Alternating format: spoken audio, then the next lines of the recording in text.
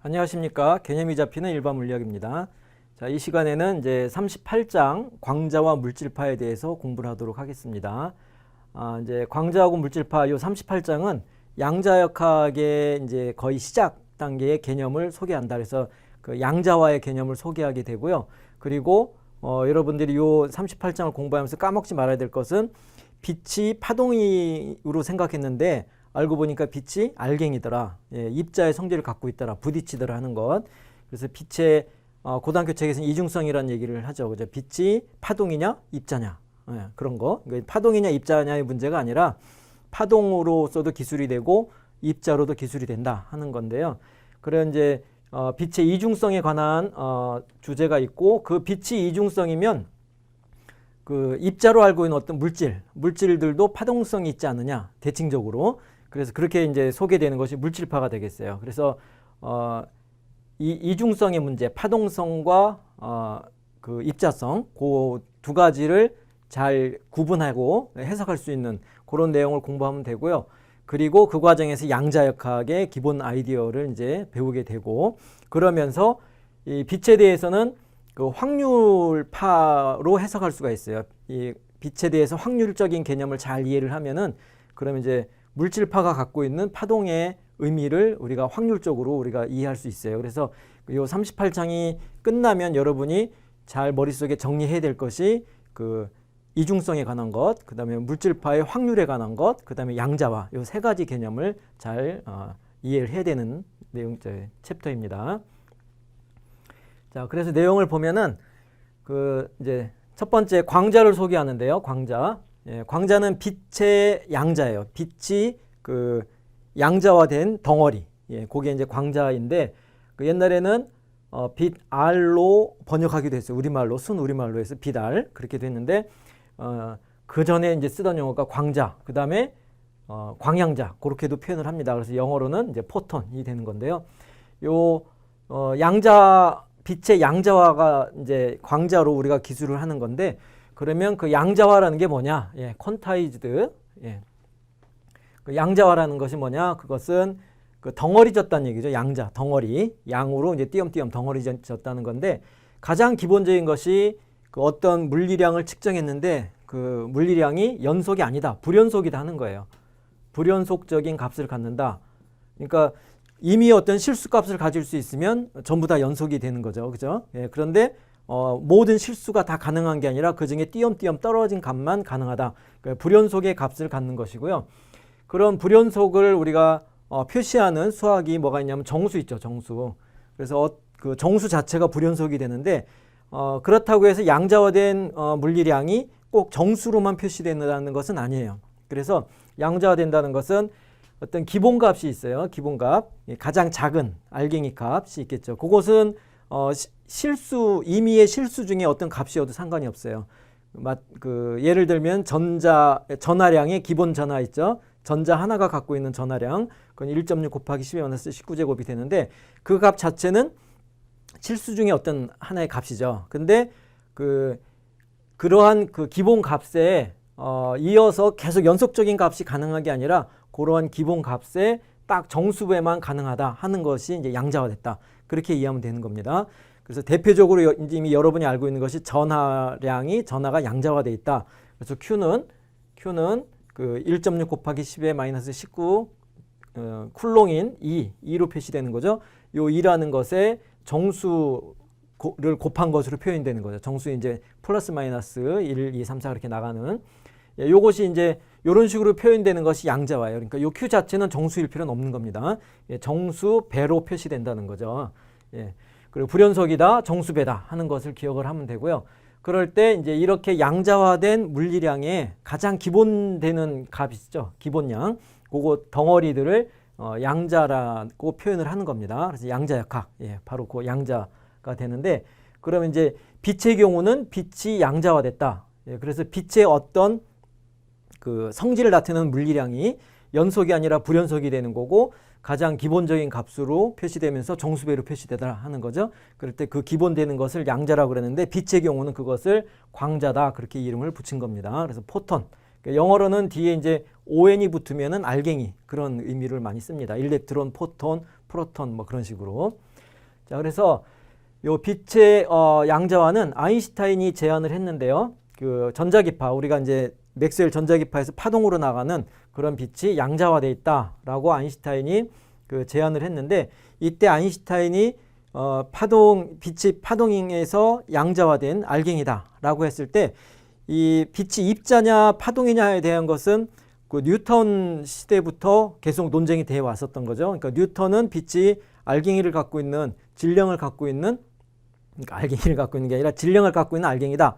예, 전자나 그런 것처럼 그렇게 생각했는데, 호이겐스가 이제 그게 아니라 파동이다, 매질을 통해서 전파되는 거다. 그리고 이제 그 맥스웰이 매질은 필요 없고 전자기파다, 파동은 파동인데 매질이 필요 없는 전자기파다 하는 걸 얘기를 했죠. 그런데 이제 아인슈타인은 다시 빛이 알갱이다라고 했는데, 그럼 뉴턴의 알갱이하고 아인슈타인의 알갱이는 무슨 차이가 있냐면, 뉴턴은 질량을 갖고 있다고 했는데 아인슈타인은 질량이 아니라 에너지가 덩어리진 에너지의 덩어리다, 그렇게 제안을 한 겁니다.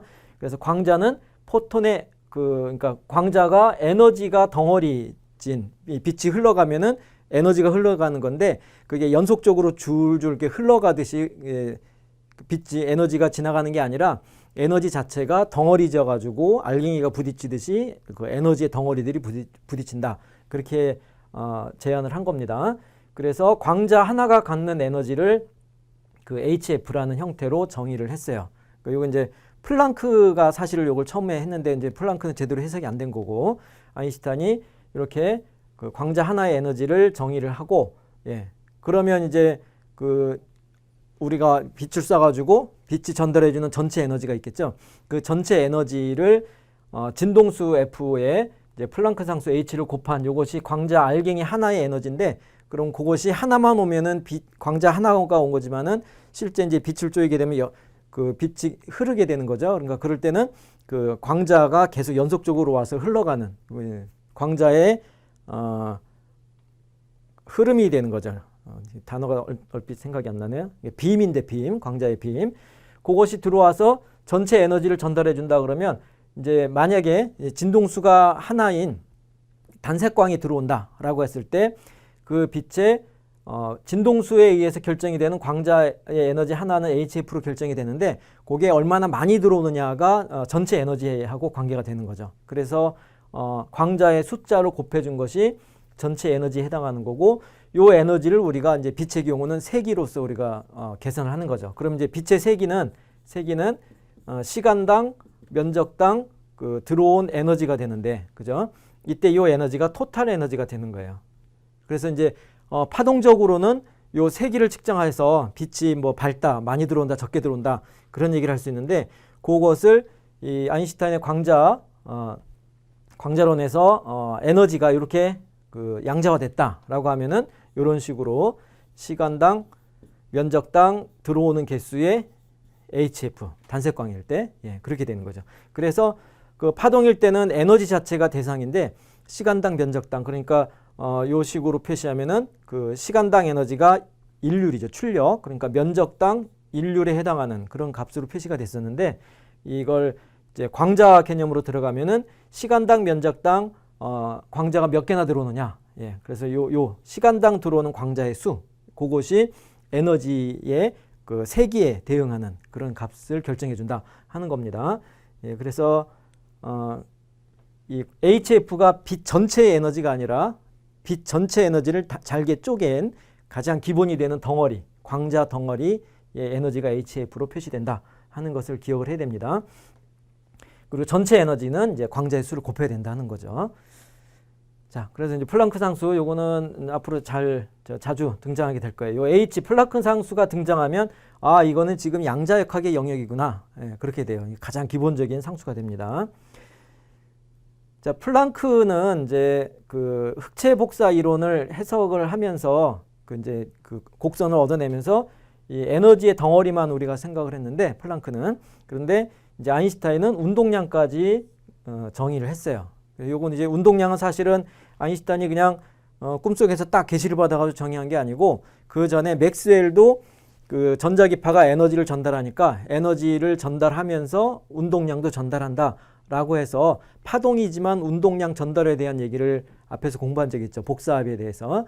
예, 그거 타고 이제 딱 유추를 해보면, 아, 이게 광자가 이제 그 파동으로서 에너지를 주기 때문에 운동량 전달한다. 그 개념에서 더 나아가서 광자로서, 그러니까 알갱이 하나가 와서 부딪힌다. 그러니까 알갱이가 직접 운동량을 갖고 온다. 그렇게 해석을 하는 겁니다.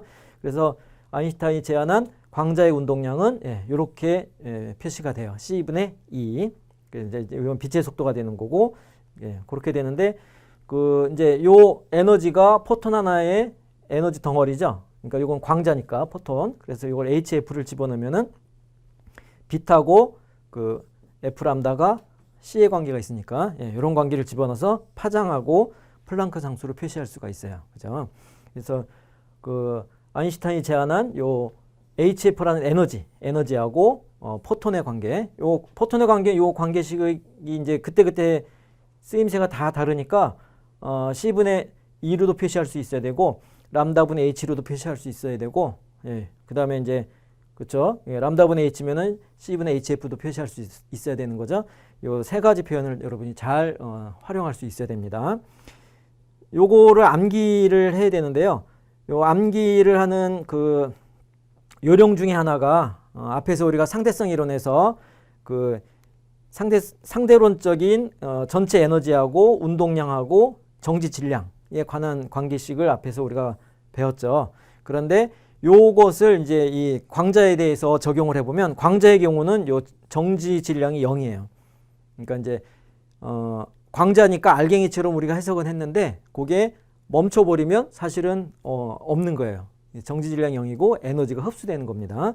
그래서 요식에서 M을 0으로 놓으면은 E가 P 곱하기 C 꼴이 되니까 아, 여기서 운동량이 이렇게 되는구나. 그렇게 이제 역으로 유추해서 외워놔도 되겠습니다.